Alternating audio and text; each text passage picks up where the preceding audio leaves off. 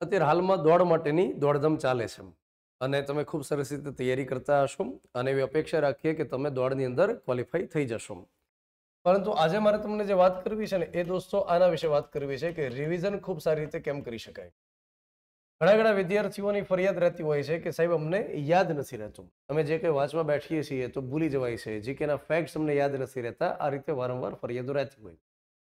પણ હું આ પ્રકારના વિદ્યાર્થીઓને એવી રીતે સમજાવતો હોઉં કે તમે જીકેના ફેક્ટ્સ જ્યારે વાંચો, જીસીઆરટીમાંથી જ્યારે વાંચો ત્યારે એમાં કહાનીઓ નથી આવતી, એમાં કોઈ નવલકથાઓ નથી. જ્યારે આપણે કહાનીઓ સાંભળીએ ત્યારે એકદમ ઝડપથી યાદ રહે. ફેક્ટ્સ જ્યારે આપણે વાંચતા હોઈએ ત્યારે એ ભૂલી જવાની શક્યતા સૌથી વધારે છે. અને આ જે ભૂલી જવાની તકલીફ છે એને અટકાવવા માટે એનો એકદમ રામબાણ ઇલાજ રહેલો છે રિવિઝન. મારા શબ્દો તમે યાદ રાખો કે minimum resources maximum revision. Minimum રિસોર્સિસનો મતલબ એ થાય કે બને એટલી ઓછી પુસ્તક વાંચીએ, બહુ બધી પુસ્તકો ભેગી ન કરીએ. ઘણાને શોખ હોય પુસ્તકો ભેગી કરવાનો, તો બને એટલી ઓછી પુસ્તક વાંચીએ, પરંતુ જેટલી વાંચીએ એ રિવિઝન સાથે વાંચીએ. તમે 100% સિલેબસ કરીને નહીં જાઓ, પણ માનો કે 70 થી 80% સિલેબસ તમે રિવિઝન સાથે જશો પરીક્ષાની અંદર, તો તમને ખૂબ સારી સફળતા મળશે. તો આગળ મારે તમને કેટલીક અગત્યની માહિતી આપવાની છે કે રિવિઝન ખૂબ સારી રીતે કેમ કરી શકાય. તમે કોઈ પણ એક્ઝામ આપો, તમે કોન્સ્ટેબલ આપો, તમે ક્લાસ 3ની કોઈ પરીક્ષા આપો, હવે સીસીની પરીક્ષા બહાર પડશે, તલાટી માટેની જાહેરાત થશે, તો તમારે એટલું યાદ રાખવાનું કે તમારે ક્લાસ 3ની પરીક્ષા પાસ કરવા માટે કઈ કઈ વિગતો કરવાની હોય. તો એક જનરલ નોલેજની બુક છે એને પાકી કરવાની હોય, એક પાઠ્યપુસ્તક છે એને સરસ રીતે કરવાના હોય. એમાં તમે જીસીઆરટી માનો કે કરો તો એનસીઆરટીની જરૂરિયાત નથી, કેમ કે જીસીઆરટી એનસીઆરટી હવે લગભગ એક સમાન પ્રકારનો પોર્શન એમાં દેખાય છે. જીસીઆરટી ક્યાંથી ક્યાં સુધી કરવાની હોય? ધોરણ 6 થી ધોરણ 10 સુધી સામાજિક વિજ્ઞાન કરવાની હોય. અને જો એના પછી તમને ટાઈમ રહે છે તો તમારે શું કરવું જોઈએ? 11 થી 12ની ભૂગોળ અને સાથે ઇતિહાસ વિષયની ચોપડીઓ તમારે કરવાની હોય. ત્યાર પછી તમારે શું કરવાનું હોય? પાઠ્યપુસ્તક જનરલ નોલેજની બુક એક, ત્યાર પછી પીવાયક્યુ કરવાનું હોય, પ્રીવિયસ યર ક્વેશ્ચન્સ કરવાના હોય. ત્યાર પછી તમારે એક લેક્ચર નોટ સરસ રીતે પાકી કરવાની હોય, લેક્ચર નોટ. ત્યાર પછી ડેઇલી બેઝિસ ઉપર તમારે મેથ્સ અને રીઝનિંગની પ્રેક્ટિસ કરવાની હોય. અને જો સીસી તલાટી જેવી પરીક્ષા હોય તો એના માટે ગુજરાતી અંગ્રેજી નિયમિતપણે કરવાનું હોય.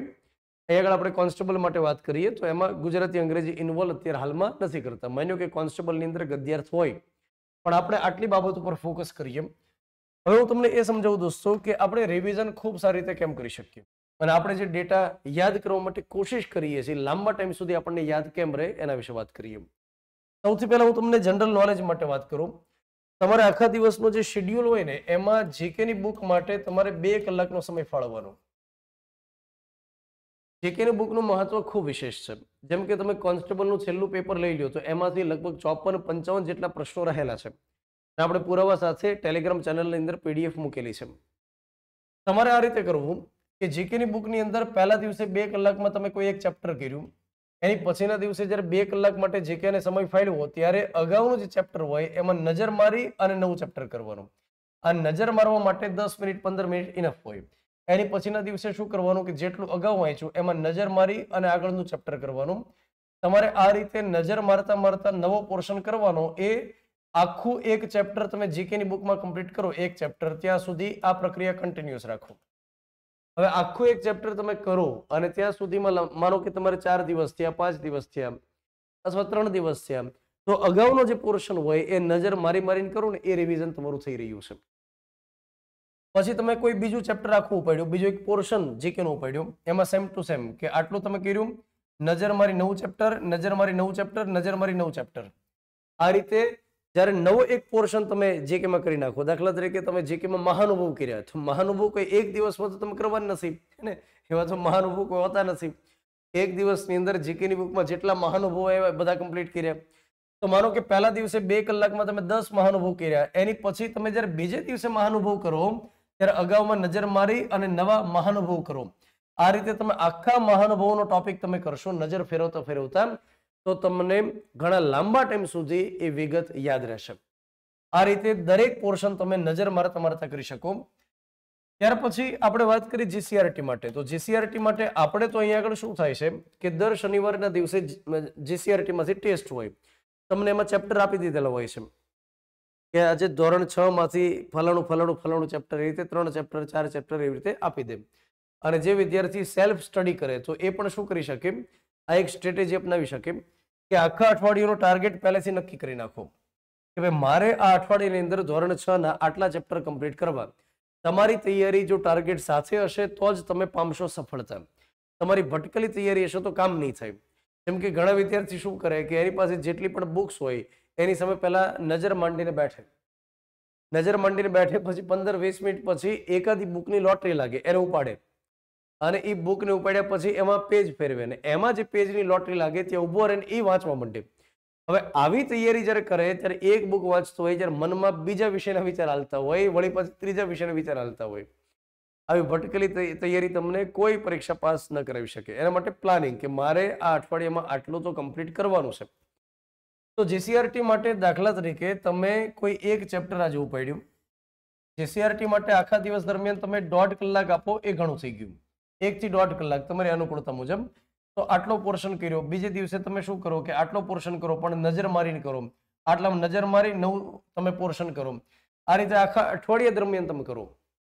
અને જ્યારે એક ચોક્કસ પ્રકારનો પોર્શન તમે કમ્પ્લીટ કરો આખા અઠવાડિયામાં, પછી નવા અઠવાડિયે મતલબ બીજા અઠવાડિયે તમારે નવેસરથી જે પોર્શન કરો, પછી અગાઉમાં તમારે નજર મારવાની જરૂર નથી.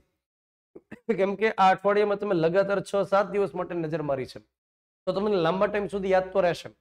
પછી આવતા અઠવાડિયે તમારે આટલું ચેપ્ટર કર્યું, બીજે દિવસે નજર મારી અને 9 ચેપ્ટર, આટલું ચેપ્ટર કર્યું, નજર મારી પછી 9 ચેપ્ટર.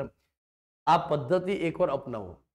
તમે આખા દિવસમાં માનો કે 1.5 કલાક જીસીઆરટી આપતા હોય, એમાંથી 15-20 મિનિટ માટે અગાઉના પોર્શનમાં નજર મારી 9 ચેપ્ટર કરો. અઠવાડિયા માટે લગાતાર તમે રિવિઝન કરશો આ રીતે, તો હું તમને ગેરંટી આપું કે તમને એ ડેટા લાંબા ટાઈમ સુધી યાદ રહેશે. અત્યારે શું થાય છે કે જે વિદ્યાર્થી વાંચે ને પછી ફરીવાર એ પોર્શન ક્યારે વાંચશે એનું ઠેકાણું નથી રહેતું.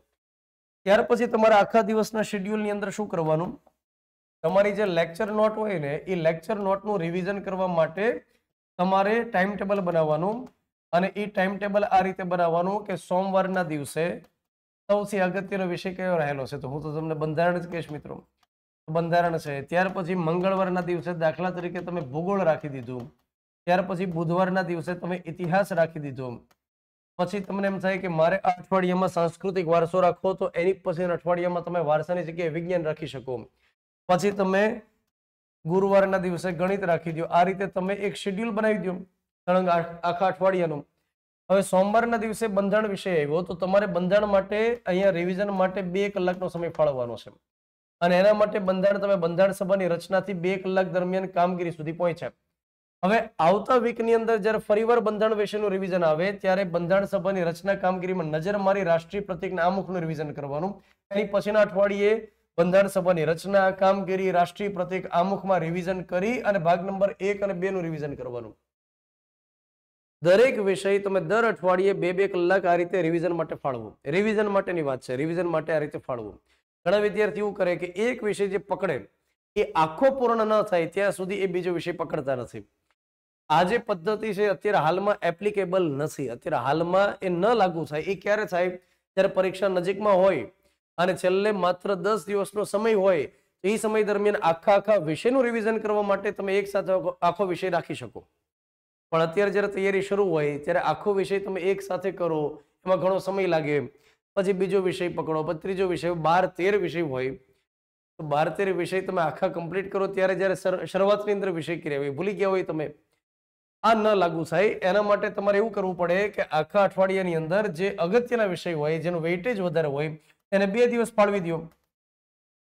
ત્યાર પછી તમને જે વિષય નબળો રાખતો હોય એને તમારે વધારે સમય આપો આખા અઠવાડિયામાં.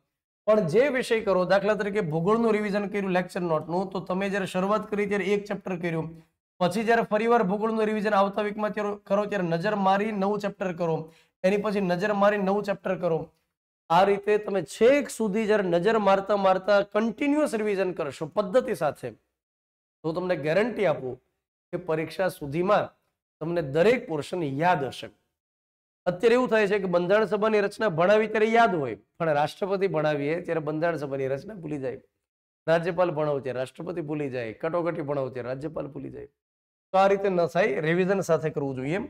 ત્યાર પછી દોસ્તો તમારે PYQ કરવાના હોય. હવે આખા દિવસના શેડ્યુલની અંદર તમે PYQ ને સમય આપી દો. એટલે હું તમને અત્યારે એ સમજાવી રહ્યો છું કે તમારું ટાઈમ ટેબલ કેવું હોય, આખા દિવસના શેડ્યુલમાં લેક્ચરનું રિવિઝન થાય, ત્યાર પછી તમે જીકેની બુક 2 કલાક વાંચો, જીસીઆરટી ને તમે ન્યાય આપો, પીવાયક્યુ તમે કરો. આ પીવાયક્યુ માટે જો એકદમ ફ્રેશર વિદ્યાર્થી હોય તો 100 જેટલા પ્રશ્નથી શરૂઆત કરી શકો. ધીમે ધીમે જેમ પકડ આવે એમ 200 જેટલા પ્રશ્ન તમે લઈ શકો. પછી તમારી કેપેસિટી એની આધારે તમે વધારો કરી શકો. પીવાયક્યુ માટે નિયમિતપણે હું એમ કહું છું કે 45 મિનિટથી લઈ અને 1 કલાક સુધીનો ટાઈમ તમે ફાળવો. પીવાયક્યુ કરવાથી 2 ફાયદા છે. એક ફાયદો એ છે કે ઘણા બેઠા બેઠા ક્વેશ્ચન્સ પૂછાય છે, અને બીજો ફાયદો એ રહેલો છે કે પીવાયક્યુ કરવાથી ખ્યાલ આવે કે આવા પ્રકારના પોર્શનમાંથી વધારે ક્વેશ્ચન્સ નીકળે છે અને આવા પોર્શનમાંથી સવાલ નીકળતા નથી. હવે પીવાયક્યુ માટે કોઈ પણ એક સારી બુક તમે લઈ લો, કોઈ પણ જે લેટેસ્ટ ક્વેશ્ચન્સ ધરાવતી કોઈ પણ એક બુક લઈ લો. આપણે આગળ એપ્લિકેશનની અંદર પીડીએફ આખી મૂકેલી છે પીવાયક્યુ માટેની. પણ પીવાયક્યુ માટે તમે શું કરો કે આજના દિવસે તમે 100 જેટલા પ્રશ્ન કર્યા, કોઈ એક વિષય પર્ટિક્યુલર ઉપાડ્યો. દાખલા તરીકે તમે ઇતિહાસ વિષયથી શરૂઆત કરી. હવે ઇતિહાસ વિષયના તમે 100 પ્રશ્નો ઉપાડ્યા, ત્યાર પછીના દિવસે 100 પ્રશ્નોમાં ક્વિક રિવિઝન, અને ત્યાર પછી બીજા 100 પ્રશ્ન. એના પછી 200 પ્રશ્નમાં નજર મારી દો, ત્યાર પછી બીજા 100 પ્રશ્ન. મતલબ નજર મારવાની અંદર એકદમ ક્વિક રહેવાનું. 15-20 મિનિટ આખા દિવસમાં આપો. આજે કલાકનો સમય તમે પીવાયક્યુ માટે આપો, એમાંથી 15-20 મિનિટ તમે અગાઉના પ્રશ્નમાં રિવિઝન માટે, અને બાકીનો જે 45 મિનિટનો સમય હોય, 40 મિનિટનો સમય હોય, એમાં નવા ક્વેશ્ચન્સ કરો. જેટલા ક્વેશ્ચન્સ થાય એટલા કરો. હવે આ રીતે નજર મારવાની પ્રક્રિયા ક્યાં સુધી શરૂ રાખવાની? તો કે આ એક વિષય પૂરો થાય ત્યાં સુધી. આ એક વિષય પૂરો થાય ત્યાં સુધી નજર મારી મારીને તમે 1000, 1200, 1500 પ્રશ્ન કરી નાખ્યા, તો એ તમે અગાઉના જે પ્રશ્નમાં રિવિઝન કરતા કરતા આગળ વધ્યા ને એ લાંબા ટાઈમ સુધી યાદ રહેશે. પછી તમે બીજો વિષય પકડ્યો બંધારણ, તો બંધારણમાં સેમ સ્ટ્રેટેજી. 100 પ્રશ્ન નજર મારો, બીજા 100 પ્રશ્ન નજર મારો, બીજા. માનો કે પછી આમાં નજર મારોમાં સમય વધતો જાય તો આપણે એવું કરી શકીએ કે ભાઈ 80 પ્રશ્ન ભલે થાય. હવે તમે એક સાથે માની લો કે 300-400 પ્રશ્ન કરી નાખ્યા ગમે ત્યારે, જ્યારે સાંભળ્યું ત્યારે, પણ ફરીવાર નજર જ નહીં મારો, રિવિઝન જ નહીં કરો, તો એનો કોઈ મતલબ નથી. આખા દિવસમાં નજર મારતા મારતા ભલે 80 પ્રશ્ન થાય, ભલે 85 પ્રશ્ન થાય, જેટલા થાય, આપણે જે સમય ફાળ્યો હોય એટલો સમય આપણે એને આપવાનો. તો આ રીતે તમે એક વિષય કમ્પ્લીટ કર્યો પીવાયક્યુ માટે, બીજો વિષય, ત્રીજો વિષય, એમ કરી શકો. ત્યાર પછી તમારે અહીંયા જે મુખ્યત્વે બાબત રહેલી છે મેથ્સ અને રીઝનિંગ. તો મેથ્સ અને રીઝનિંગ માટે હું તમને એ સલાહ આપું છું કે મેથ્સ અને રીઝનિંગ માટે ડેઈલીના તમારે કેટલા દાખલા ગણવા જોઈએ? તો કે ડેઈલીના 20 થી લઈ અને 30 દાખલા તમારે ગણાવવા જોઈએ. મતલબ ખાલી નજર મારી દો એમ નહીં, તમારે 20 થી 30 દાખલા ગણાવવા જોઈએ. આપણે અહીંયા આગળ ડેઈલી વિદ્યાર્થીઓ પાસેથી 20 દાખલા ઉઘરાવીએ છીએ. તમને અગાઉથી કહી દેવામાં આવે છે કે આ દાખલા તમારે ગણીને લાવવાના છે. અને અમે કોન્સ્ટેબલની બેચની અંદર 10 માર્ક્સની શું કરીએ છીએ? ડેઈલી ટેસ્ટ લઈએ છીએ મેથ્સની. તો 30 દાખલા તો એમને થઈ જાય છે. પણ તમે જો માનો કે સેલ્ફ સ્ટડી કરતા હોય તો તમને લાગુ પડે કે ડેઈલીના 20 થી 30 દાખલા પદ્ધતિસર ગણાય. અને ગણવા માટે કેવા દાખલા હોવા જોઈએ? તો કે જે પૂછાયેલા દાખલા હોય ને એની પ્રેક્ટિસ કરવી જોઈએ, પૂછાયેલા દાખલાઓની. તો આ કરવાથી તમને ખ્યાલ આવશે કે આવા દાખલા પૂછાય તો એને ફેસ કરી શકો છો કે કેમ. અઘરા દાખલાની પ્રેક્ટિસ કરવાથી આપણને ફાયદો થાય. અને જ્યારે ગણિત આપણે ગણવા બેઠીએ ત્યારે ઘડિયાળ લઈને બેઠવાનું. ઘડિયાળ પરીક્ષાઓની અંદર ટાઈમ ઘટવાના પ્રશ્નો બને છે. એકદમ ઘડિયાળ લઈને આપણે બેઠીએ સટીક કે ભાઈ 30 દાખલા ગણવા માટે મને 45 મિનિટથી અત્યારે સમય વધવો ન જોઈએ. અને જેમ જેમ સમય નજીક આવે પરીક્ષાનો ત્યારે 1 મિનિટ 1 દાખલો, એ હિસાબે 30 મિનિટમાં 30 દાખલા તો ગણાઈ જવા જોઈએ. તો હું તમને એ સમજાવું કે મેથ્સ, રીઝનિંગ, પીવાયક્યુ, ત્યાર પછી લેક્ચર નોટ, ત્યાર પછી તમે જીસીઆરટી અને જીકે આખા દિવસ દરમિયાન તમે આ રીતે જો નિયમિત રિવિઝન સાથે નજર મારતા મારતા આખા દિવસનો શેડ્યુલ તમે વહેંચી દો, તો હું તમને એમ સમજાવું કે અહીંયા આગળ જીકેની બુક માટે 2 કલાક, 1.5 કલાક, 2 કલાક, એટલે 2 ને 2 4 કલાક, 5 કલાક, 5.5 કલાક. આના માટે 1 કલાક તમે ફાળવી 6.5 કલાક. અને આના માટે દાખલા તરીકે તમે 1 કલાક આપી દો તો 7.5 કલાકનું શેડ્યુલ થયું. 7.5 કલાક.